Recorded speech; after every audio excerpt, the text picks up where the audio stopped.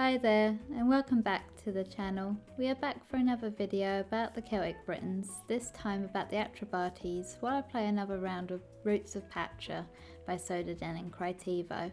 Seriously, pick up a copy if you haven't already, if you're into these types of farming games, because it is really good. You can play multiplayer with your friends as well, and I highly recommend it. I'll be leaving a link to the Steam page in the description as well. On to the topic at hand for today's video though. The Atrebates actually have two sides to them, since we know they existed over in mainland Europe and Britain from offshoots of the tribes. But they also ended up crossing back over with each other, which you'll hear about later in the video. The Atrebates were a Belgic tribe of the Iron Age and the Roman period, originally dwelling in the Artois region. After the tribes of the Gallia Belgica, which was a province of the Roman Empire located in the northeastern part of Roman Gaul, to what we now know today as northern France, Belgium, Luxembourg, as well as other parts of the Netherlands and Germany, were defeated by Caesar in 57 BC.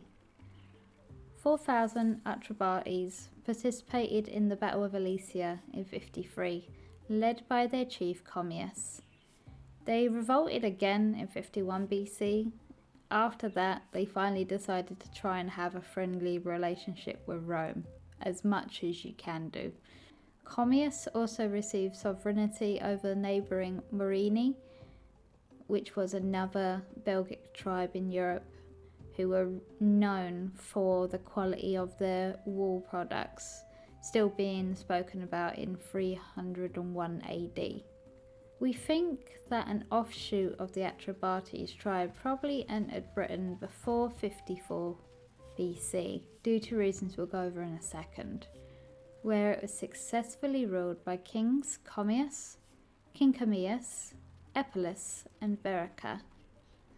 After 43 AD, only parts of the area were still controlled by King Claudius, after which they fell under Roman power completely, although originally they had occupied a region stretching between the Thames River, the Test River, and West Sussex.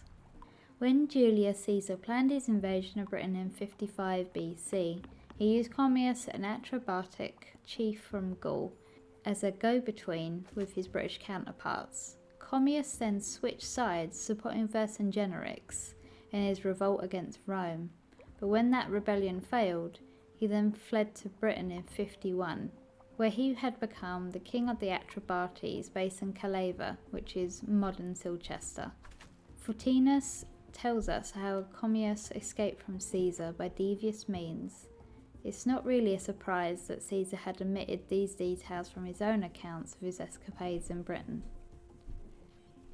Here it is as it reads: Commius the Atrebatian, when defeated by the deified Julius, fled from Gaul to Britain, and happened to reach the Channel at a time when the wind was fair but the tide was out. Although the vessels were stranded on the flats, he nevertheless ordered the sails to be spread. Caesar, who was following from a distance, seeing the sails swelling with the full breeze, and imagining Commius to be escaping from his hands and to be proceeding on a prosperous voyage, abandoned his pursuit. We know of a character called Verica, a descendant or maybe even the third son of Commius, who eventually battled and lost the northern half of his kingdom, including the capital Silchester, to the Trinovantes tribe. Verica may also be the Vericos who appealed to Rome for help regaining his kingdom, thus providing the excuse for the Emperor Claudius to invade Britain. After the Claudian invasion of Britain in 43 AD, the Atrebates was ruled as a client kingdom of Rome under King Claudius.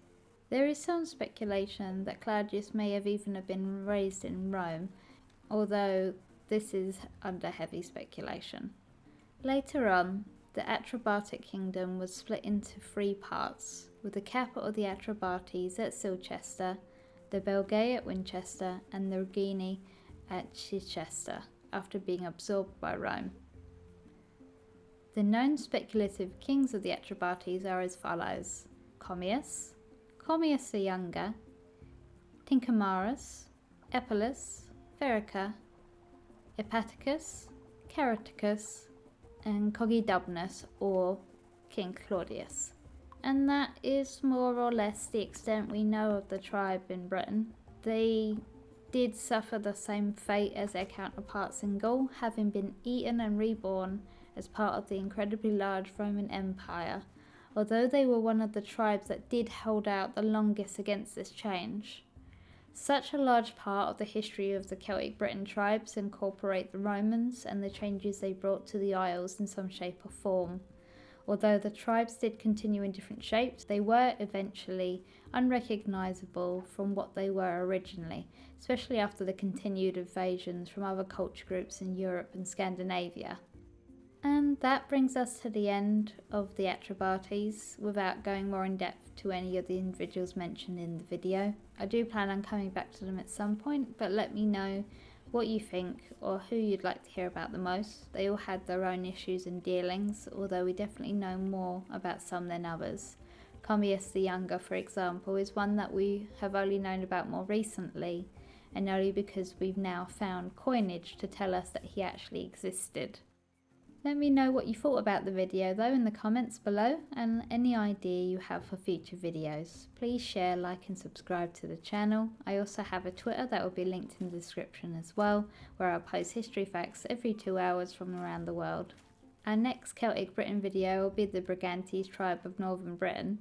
I'll also be going to see if I can up my schedule on here to uploading 2 videos a week as well, so I can get started on videos for Scotland, Ireland and Wales. Thanks for getting to the end of the video though, and for sticking around. You're all amazing, and I'll see you in the next one. Bye bye.